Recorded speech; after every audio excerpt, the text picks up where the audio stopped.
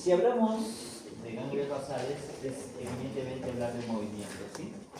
Cuando nosotros realizamos un movimiento, pues, tenemos diferentes sistemas que controlan y regulan el movimiento. No solamente el área motora primaria es la que realiza este movimiento. Entonces, tenemos a la corteza cerebral como primer órgano efector. Tenemos sistemas reguladores mediados por el tálamo, por el cerebelo y también por los ganglios basales. Así que, básicamente, los órganos reguladores del movimiento son estos dos, ganglios basales y cerebelo, y el tálamo viene a ser la puerta de entrada. ¿Sí? Una pregunta. ¿Sin algunos de los que están abajo podemos hacer movimientos finos o no? No, se genera una alteración. Tenemos lesión del cerebelo, hay un temblor. Si generamos una alteración en ganglios basales, pueden ser movimientos o exagerados, coreas o inhibidos como el Parkinson.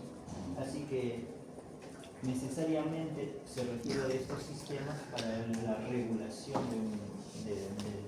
de movimientos, ¿sí? Entonces, en primer lugar, el cerebro emite la señal y estas señales van a ir dirigidas hacia los órganos controladores o reguladores del movimiento. Si va hacia el cerebelo, la vía cerebro-cerebelosa. La principal vía del movimiento es el fascículo córtico-espinal. Si va hacia los ganglios basales, es la vía córtico-estriada. Y una vez que estas señales llegan a los principales órganos controladores, pues hay una respuesta de estos. Y la respuesta del cerebelo hacia lo que es la área motora se da por la vía dentado-talámica, porque son los núcleos dentados los que van a regular esto. Tenemos una vía tálamo-cortical, llega el tálamo hacia la corteza, y las vías estriado-talámicas, del estriado al tálamo y finalmente hacia la corteza. Bien, ambos órganos reguladores están mediados por la vía dopaminérgica, ¿sí? Ahora vamos a desglosar un poquito más sobre los ganglios basales. Cuando nosotros realizamos un movimiento, habíamos indicado que se requieren de muchas circunstancias, situaciones reguladoras. Cuando nosotros generamos un movimiento, en primer lugar tiene que haber una parte consciente de la decisión. Por ejemplo, yo quiero levantar el brazo, es consciente de que yo quiero levantar el brazo. Hay una dirección, para abajo, hacia arriba, ¿sí? Una amplitud de movimiento. Esto no es lo mismo que esto, ¿sí? Hay una amplitud de movimiento. Y bajo este movimiento, muchas veces tiene que ver la expresión, o sea, parte de la corteza límbica que va a regular y va a expresarse de esa manera. Por ejemplo, si hacen esto, generan ustedes una reacción, ¿verdad? Hay movimientos que pueden generar eso, una reacción del tipo límbico, sentimentales, ¿sí? La corteza límbica entonces tiene que ver eso, ¿ok? Entonces, tenemos centros de controles motores y oculomotores para lo que es la dirección y la amplitud, pero necesitamos centros de la cognición prefrontales para lo que son las decisiones. Entonces, tenemos a la corteza prefrontal y a la corteza premotora encargados de la función del movimiento. Pero también tenemos zonas importantes como la corteza parietal temporal, la parietal de asociación y la temporal de básicamente memoria para lo que es justamente el movimiento. También usamos lo que es el sistema límbico, que es la parte más medial de lo que vendría a ser el cerebro. En conclusión, tenemos muchos sistemas trabajando para generar un simple movimiento, ¿sí? Y lógicamente esto lo podemos expresar mediante una cuenta. Hablemos de los ganglios basales entonces. Son núcleos interconectados que participan tanto en funciones motoras y no motoras, principalmente motoras. Tenemos unos ubicados en la porción supratentorial, mientras que otros están ubicadas en la porción infratentorial. Las ubicadas en la porción supratentorial, como primer núcleo basal, tenemos al caudado.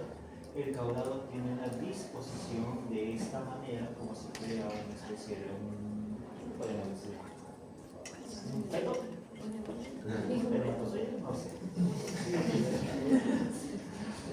La cuestión es que es cabezón. Tiene una cabeza prominente, tiene un cuerpo que va a discurrir a los costados de los ventrículos y va a tener una cola que finalmente va a terminar en el cuerpo amitrolino, que es parte del sistema límbico. ¿Sí? Tenemos al putamen, ¿sí?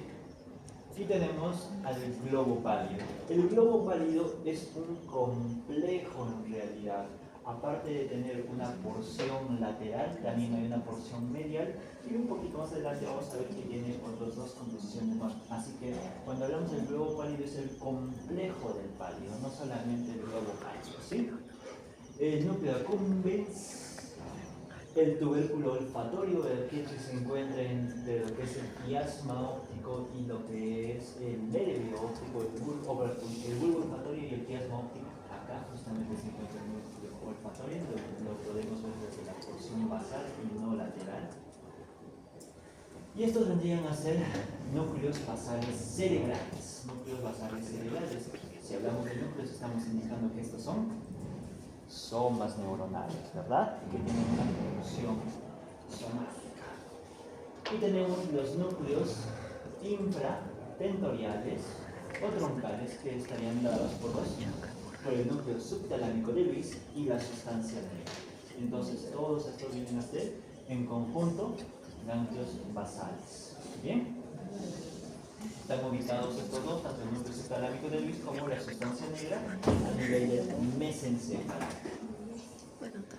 Vista desde un corte coronal, acá resonancia magnética, acá un gráfico, nos vamos a ubicar, ¿sí? Con respecto a lo que son los núcleos caulados, si hacemos este corte vamos a ver la cabeza del núcleo caudado y vendría a ser esta hiperintensidad.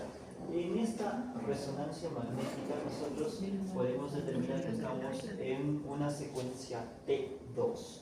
¿Qué es el T2? Es la inversión de la secuencia T1. Cuando nosotros le tomamos a los pacientes la resonancia magnética, tenemos muchas secuencias, pero las básicas son dos, T1 y T2. De T1 y T2 salen las demás secuencias que difusión, perfusión, ADC, etc. ¿Bien? Ahora, cuando nosotros tenemos un T2, quiero que se fijen en la corteza cerebral. ¿Cómo la vemos? ¿De qué color? ¿Blanca o negra? Blanca, ¿verdad? ¿Y cómo vemos la subcorteza? Negra. En la corteza vemos somas y en la subcorteza axones. Eso es la particularidad de un T2. Se invierte. Al revés, en un T1 nosotros vemos que esto es más oscuro, es gris, y la parte de la sustancia blanca es blanca. En este caso es al revés, la sustancia gris es blanca, mientras que la sustancia blanca es gris o más oscura, más negra. ¿Sí? Ahora, si se dan cuenta, en la porción profunda, que es esta, en la porción profunda, tenemos áreas hiperintensas. Esta, por ejemplo, es un área hiperintensa parecida a lo que es la corteza. ¿Sí? Entonces, esa viene a ser la cabeza del núcleo caudado. Esta es la cabeza del núcleo caudado, la de azul, pero en este caso. ¿Sí? Esta parte, ya lo vimos, en la vía piramidal es oscura, entonces por acá están descubriendo zonas. ¿Qué es esto? Cápsula interna, muy bien, doctor. Esa es la cápsula interna, la que está graficada acá en verde. Y finalmente tenemos acá a lo que viene a ser el putamen y lo que viene a ser el globo pálido. Putamen y globo pálido. Putamen y globo pálido. Tanto en su porción interna como en su porción externa. ¿Sí? Si nosotros unimos al caudado con el putamen, tenemos el neoestriado o estriado. ¿Sí? Y si nosotros unimos todas estas de acá, que es el caudado, más el putamen, más lo que es el globo pálido, tenemos al cuerpo estriado. ¿Sí?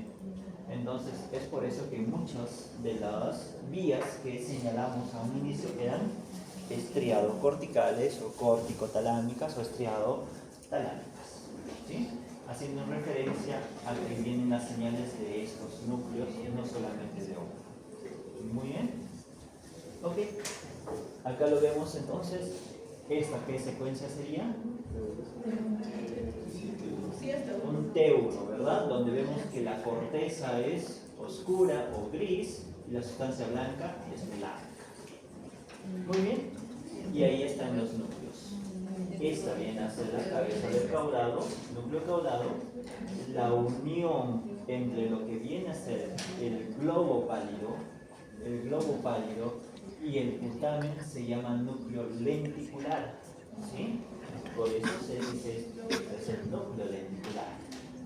La cápsula interna, brazo anterior, rodilla, brazo posterior y finalmente el tálamo. Bien, pero yo no he mencionado acá dentro de los núcleos basales el tálamo, ¿verdad? El tálamo no es entonces un núcleo basal, pero sí lo tenemos que mencionar en la regulación del movimiento. ¿Por qué? Porque finalmente el tálamo es la puerta de entrada y de salida para lo que son las vías de señalización. ¿Ok? Muy bien. Este cuerpo estriado,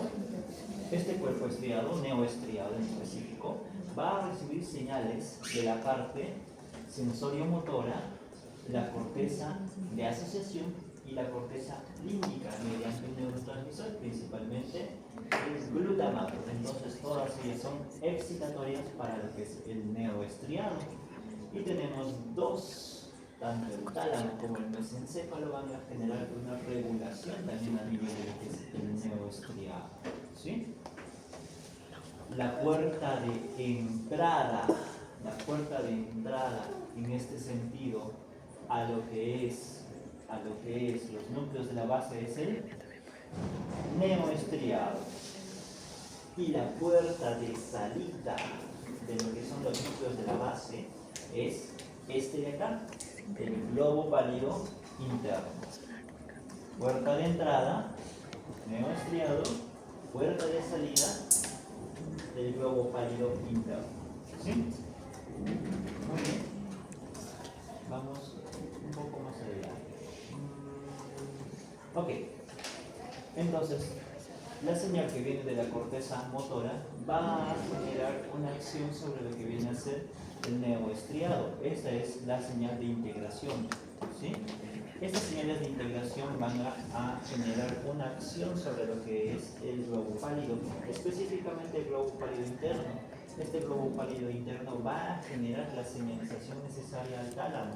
Imaginemos que el globo pálido interno es como si fuera la llave, ¿sí?, de lo que vendría a ser el tálamo. Si este globo pálido interno quiere, abre completamente la puerta, y si este globo pálido interno cierra completamente la puerta.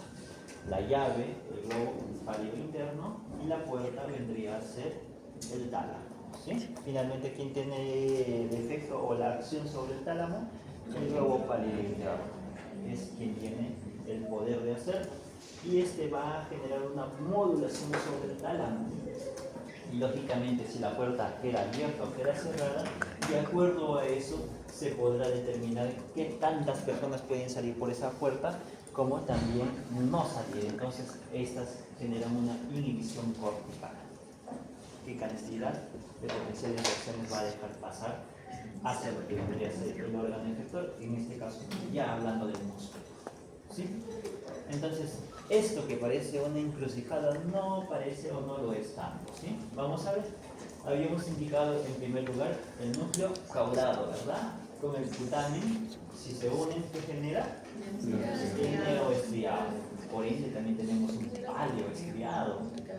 Neoestriado, paleoestriado. ¿Quién es? Conforme el paleoestriado, solamente el globo pálido. ¿Bien? Ahora, si nosotros hablamos del núcleo caudado, el putamen y el globo pálido, todas ellas se juntan formando, ¿qué cosa?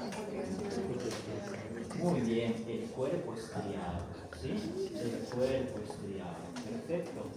También tenemos el estriado ventral. En este caso, cuando hablamos del estriado ventral, ¿sí? Hablamos del núcleo accumbens y el tubérculo olfatorio, ¿sí? Y si hablamos del pálido ventral, es la sustancia innominada que está dentro de lo que vendría a ser el complejo palidar, que vendría a estar conformado por el globo palidar y la sustancia innominada. Ahora lo vemos un poquito mejor, ¿sí? Esto de las vías a veces resulta un poco difícil, pero vamos a tratar de hacerlo lo más sencillo en este momento, ¿sí? Doctora, muy amable, gracias. Mil gracias.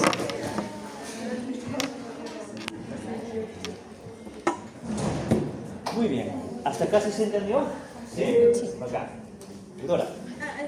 Los sustancias iluminadas, los que estaban debajo, también son núcleos focales.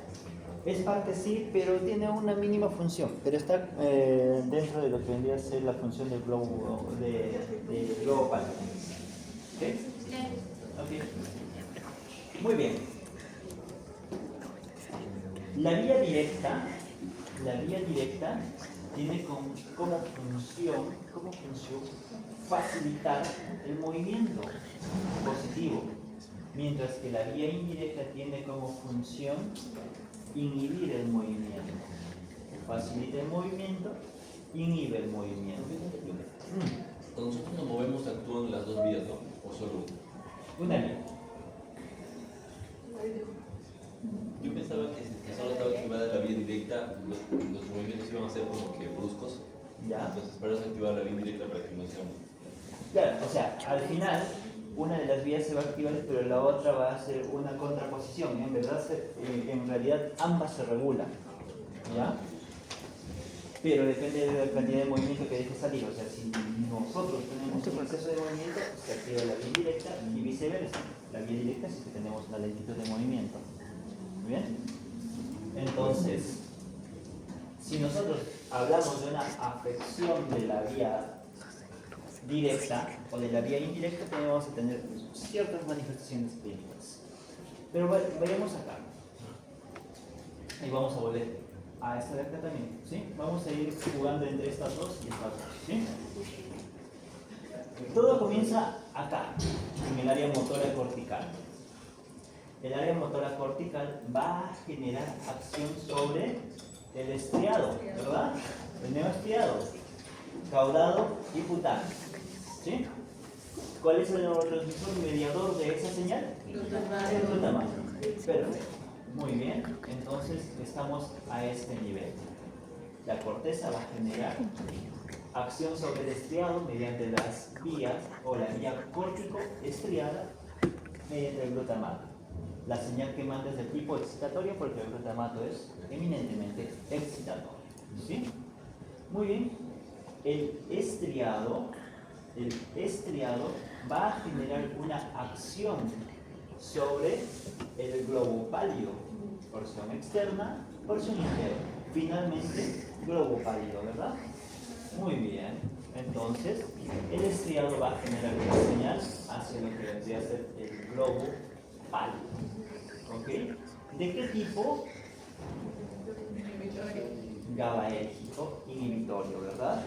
Entonces el neurotransmisor mediador es el GABA. ¿Mediante qué vía? Estriado, palidad. Muy bien. Ahora vamos al siguiente nivel. Del pálido va hacia el tálamo. Del pálido va hacia el tálamo. ¿Bien? Entonces, ¿cuál vía estamos usando del pálido hacia el tálamo? Pálido talámica. Muy bien. Y la señal es del tipo inhibitorio GABAérgico, ¿verdad? Ok. Hasta acá estamos viendo bien. Finalmente, el tálamo va a ejercer una acción sobre la corteza mediante la vía tálamo cortical. ¿Bien? ¿Y cuál es la señal que se genera? ¿Qué es esto? Del tipo excitatorio mediante el glutamato. Hasta ahí ya hemos entendido lo que es la vía directa. ¿Qué ¿qué acción tiene la sustancia negra? En la vía directa y en la vía indirecta. En la vía directa, positivo, excitatorio, ¿verdad? Y en la vía indirecta, inhibitorio. Muy bien. Tiene mucho que ver con los receptores que van a hacer acción sobre lo que es el cuerpo estriado. El D1, receptores D1 excitatorios para la dopamina y receptores D2 inhibitorios para la dopamina a nivel de lo que es el cuerpo estriado. Bien. Ahora, en la parte de lo que viene a ser la vía indirecta, se une un amigo, el núcleo subtalámico, a diferencia de la vía directa. Este amigo está acá, el núcleo subtalámico. Muy bien. Ahora expliquemos esta parte. En las vías directas, o lo que nos indican es, para nosotros sacar el efecto, de lo que vendría a ser, si son facilitadores o inhibidores del movimiento, pues simplemente habría que sumar todos los signos. Si nosotros hacemos una sumatoria de signos a nivel de la vía directa, tenemos 3 signos más contra 2 de menos. Entonces acá tendríamos una señal positiva. Mientras que si nosotros hacemos una sumatoria en la vía indirecta, 2 más frente a 4 menos, tenemos una vía inhibitoria. ¿Bien? Ok. Hasta acá sencillo, ¿verdad? Muy bien. Ahora quiero que entiendan. Si nosotros inhibimos al tálamo,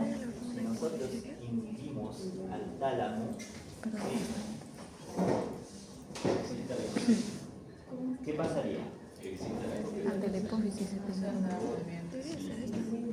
Si inhibimos al tálamo, ¿deja pasar o no deja pasar la señal? Sería la proactina. No deja pasar. Si nosotros inhibimos al tálamo, no deja pasar la señal. ¿No? Entonces, todo esto se basa en función de eso. ¿Sí? Muy bien. ¿Hasta acá sí se entendió? Bien. El tálamo tiene una inhibición constante del globo pálido interno, ¿no? Al revés. O sea, las señales sí son ciertas y ahorita lo vamos a ver, son bidireccionales y reguladores. El globo pálido interno es el que tiene la señal sobre el tálamo. ¿Bien? Ok. Lleva una pregunta. Entonces, el globo pálido interno tiene una señal inhibitoria sobre el tálamo. Claro. Entonces, el globo pálido interno es el que inhibe el tálamo. Exactamente. Pero cuando lo inhibes, no dejas que se mueva. No dejas que mande señal a la corteza. No, el tálamo es tu señal o tu puerta de entrada o de salida. Ya entendí, profe. Ok. Ya entendí mi dibujo.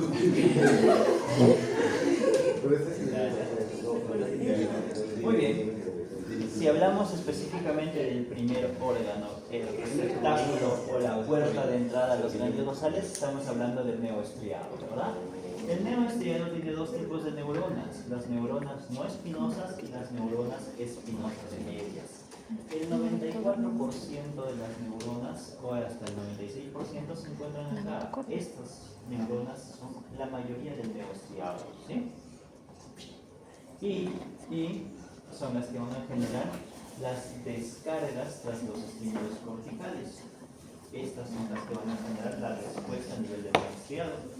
Mientras que estas otras son intrínsecas y funcionan como interneuronas reguladoras de estas. Bien, entonces hablábamos de estas neuronas, las neuronas espinosas medias, ¿sí? Y estas se encuentran a nivel de lo que es el neoestriado. Estas van a generar una acción sobre lo que vendría a ser el globo pálido y también sobre lo que es la sustancia negra, va reticulado. ¿Bien? Vamos acá. El neoestriado tiene aferencias y las aferencias son señales que van a llegar hacia él. Y también va a tener eferencias de los que va justamente a salir de este hacia el siguiente nivel.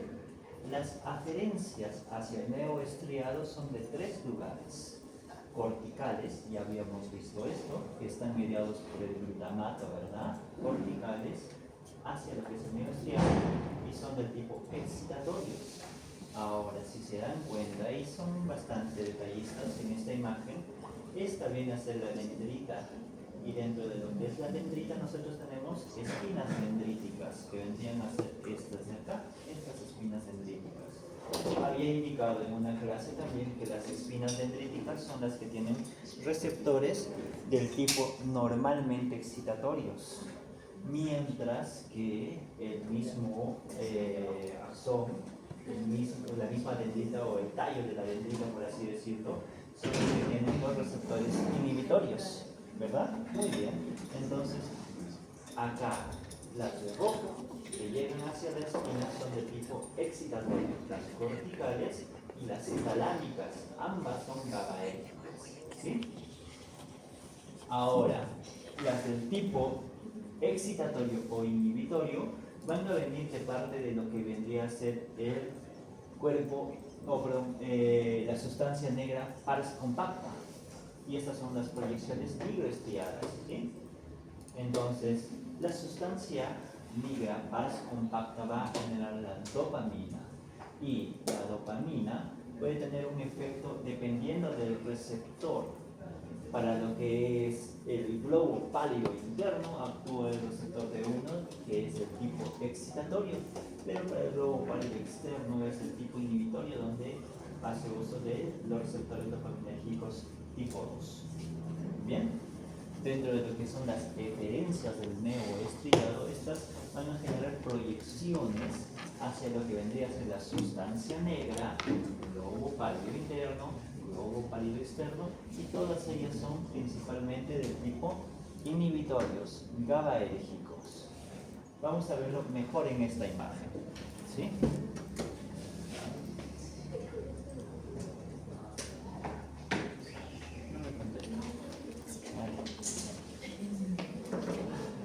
Las de verde, si se dan cuenta, los somas se encuentran en otros lugares y van a llevar sus axones hacia lo que es el neoestriado. Entonces, estas neuronas de verde son las aferentes, ¿sí? Son las aferentes. Y las que salen del estriado hacia otros lugares, pues son las eferentes. Como habíamos indicado, la mayoría de ellas son del tipo excitatorios hacia lo que es el neoestriado, a excepción de lo que vendría a ser la sustancia negra. ¿Sí? Nos ubicamos corteza, nos ubicamos tálamo, nos ubicamos sustancia negra, ¿sí? Y lo que vendrían a ser núcleos continuos. Los 4 van a generar aferencias al neoestriado, ¿sí? Mediante lo que vendría a ser de la corteza neoestriado, las fibras córtico-estriadas. El tálamo hacia el estriado, las fibras tálamo-estriadas. Si vamos de la sustancia negra a lo que es el neoestriado, vamos a ver que son nigro, porque es de la sustancia negra, nigroestriadas. Y de lo que es la parte pedúnculo-pontinas hacia lo que es el neoestriado, el fascículo pedúnculo continuo estriados. Bien, con respecto a la fascículo esteonígricas, pues vamos a tener, con respecto a lo que vendría a ser el fascículo nigroestriados, vamos a tener dos tipos de receptores, de uno excitatorio y de dos inhibitorio. ¿Sí? Ahora, las eferencias habíamos indicado que va a ir hacia el globo pálido, pero el globo pálido tiene dos porciones, la porción externa y la porción interna, globo pálido externo, globo pálido interno, ¿sí? Pero también hay un feedback hacia lo que vendría a ser la sustancia negra. Entonces nuestras eferencias GABAérgicas inhibitorias van a ir hacia este lado. ¿Ok? Ahora, si se dan cuenta, solamente estamos viendo de la corteza, según nuestro gráfico, según nuestro gran gráfico, según nuestro gráfico estamos acá, hemos ido de la corteza a lo que vendría a ser el estriado, y del estriado vamos a pasar al globo pálido. Esa es la señal según lo que viene a ser las vías, ¿verdad? Pero aparte de eso hay otras vías que son de regulación, de señalización, ¿sí? Si se dan cuenta, en la vía motora nosotros estamos hablando de esta señal, la vía directa de la corteza al globo pálido, o perdón, al neostriado, y del neostriado al globo pálido. Hasta ahí quedó, ¿verdad? Pero hemos visto que hay otros tipos de señales que van a generar una acción también, no solamente esa vía. ¿Ok? Bien. Entonces pasemos al complejo del pálido. El complejo del pálido está conformado por el globo pálido, ¿sí? Este globo pálido tiene una porción interna y una porción externa. También tenemos al pálido ventral, o también llamada sustancia innominada o núcleo basal de Meynert, que básicamente tiene el control sobre los brazos y piernas. Y tenemos una sustancia similar a la par reticulada de la sustancia negra, y esta tiene efecto o función sobre lo que vendría a ser la cabeza y el cuello. La principal función de este complejo es esto. Contiene neuronas GABAérgicas con gran actividad espontánea y un efecto inhibidor sobre todo, ¿sí? Y si ubicamos estas estructuras, pues vamos a ver acá al globo pálido, tanto la porción interna como externa, y tenemos a lo que vendría a ser la paz reticulada de la sustancia níquea, ¿sí? Muy bien. Al igual que el estriado tiene aferencias y eferencias. Dentro de lo que son las aferencias, las neuronas que vienen por la vía directa vendrían a ser del estriado hacia lo que viene a ser el globo pálido, y también hay proyecciones del subtálamo hacia la vía palidante. ¿Bien? Cuando nosotros, por ejemplo, ponemos un estimulador profundo en las circunstancias, en las situaciones de enfermedades de Parkinson, nosotros lo colocamos acá a nivel subtalámico con la intención de que haga este efecto. Bien, estimulamos el núcleo subtalámico mediante descargas eléctricas, por así decir, con la intención de generar una intención de liberación de dopamina. Bien, y finalmente tenemos las eferencias de este complejo del pálido, que estas van a ir del pálido hacia el tálamo, que es la principal función, que es del tipo inhibitorio. ¿Ok? Nos ubicamos de nuevo entonces acá. Tenemos al globo pálido, ¿verdad? Porción externa, porción interna. Globo pálido, porción externa, porción interna. De las cuales van a recibir aferencias. Todas las del verdecito son sus aferentes. Del neoestriado tenemos las fibras estriado-palidales. ¿Bien? Tenemos de la sustancia negra pars reticulada, y tenemos el núcleo subtalámico de Luis, que va a generar también una aferencia al globo pálido. Sus eferencias van a hacer feedback a la sustancia negra, también a lo que viene a ser el núcleo subtalámico, y principalmente su función es esta de acá.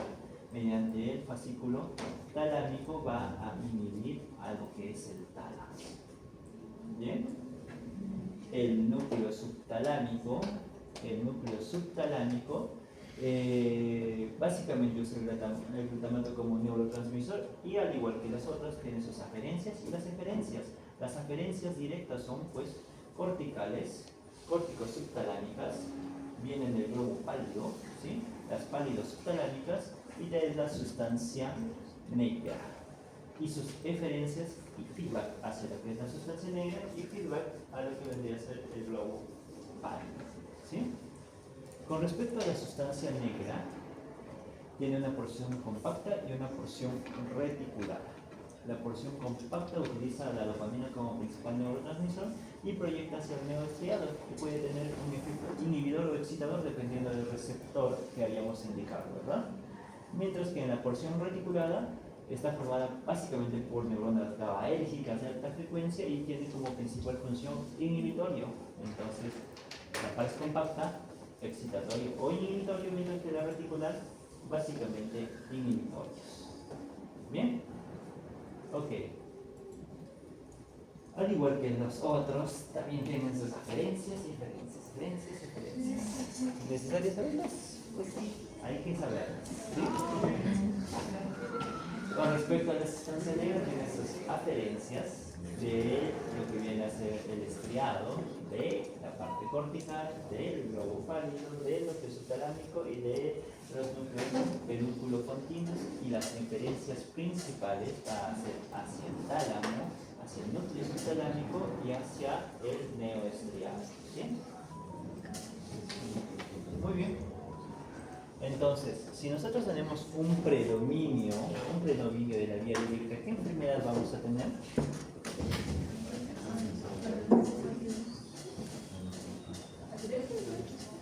La enfermedad de Huntington o Corea de Huntington, ¿sí? Entonces, las personas que presentan la Corea de Huntington con movimientos coleiformes, como su nombre indica, que es una coreografía baile, ¿verdad? Entonces, el paciente presenta un movimiento y todo el rato está así, es un movimiento involuntario, ¿sí?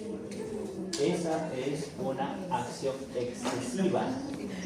Pero si la vía directa predomina, y habíamos dicho que inhibe el movimiento que genera Parkinson. Muy bien. Muchos piensan que la enfermedad de Parkinson es principalmente de las personas que están temblando, pero no. Dentro de lo que es la clínica de un paciente con Parkinson tiene una triada. ¿Cuál es la triada? ¿Conocen la triada del Parkinson? Muy bien, doctora. Bradicinesia, ¿qué más? Rigidez, segunda, perfecto, y temblor. Temblor, muy bien. Entonces, cerca del 80 al 90% de los pacientes con Parkinson van a tener los síntomas cardinales que vendrían a ser la bradicinesia, lentitud de movimientos y rigidez, y no tanto, ¿no? En esa proporción, que desde un 30 a un 50% podrían ir con temblor, que sería la variante temblorosa, la variante fenotípica temblorosa, mientras que la otra sería la variante rígido-hipokinética, que es la más frecuente. ¿Bien? Entonces, un Parkinson no es temblor, un Parkinson más bien es bradicinesia. ¿Sí? Ok. Estos núcleos tienen una irrigación por las diferentes arterias y sistemas arteriales: cerebral anterior, cerebral media, cerebral posterior. Vamos a ver en esta imagen con mejor detalle. Acá estamos en la cabeza del caudado, ¿verdad? Y la cabeza del caudado están irrigadas por las arterias estriatales mediales, ¿sí? Estas arterias son parte de las dentículos estriadas, así que vienen a ser parte de la irrigación de la arteria cerebral media y parte de la cerebral anterior. ¿Bien? Pero básicamente la coroidea anterior, que es esta, las X, va a dar irrigación ¿a quién? A la cápsula interna. La coroidea anterior hacia la cápsula interna. Pero la coroidea anterior era una rama directa ¿de quién? De cartilagina interna. Muy bien, estamos viendo. Ok. Ahora, el globo pálido, el putamen, ambos conforman el núcleo lenticular, ¿verdad? Y si hablamos del caudado, todo esto es estriado, el cuerpo estriado. Muy bien, entonces, estas de acá, toda esta región de acá, está irrigada por las arterias lenticuloestriadas, ramas directas de la cerebral media. ¿Bien? Ramas perforantes de la arteria cerebral media. Ahora, el tálamo sí es muy, muy interesante porque tiene ramas de todos en realidad, ¿sí? Tiene ramas de lo que vendrían a ser las tálamo perforantes, que vendría a ser esta zona de acá, ramas directas de la arteria cerebral anterior. Tenemos estas de acá, las genículo o las tálamo genículo-estriadas, que son ramas directas de la cerebral posterior, y tenemos la coroidea posterior medial, que es rama de lo que podría ser la comunicante posterior. Entonces, tenemos todas las irrigaciones con el tálamo, mientras que en estas de los núcleos basales, básicamente por la cerebral anterior y cerebral media. ¿Bien? Hasta acá, chicos.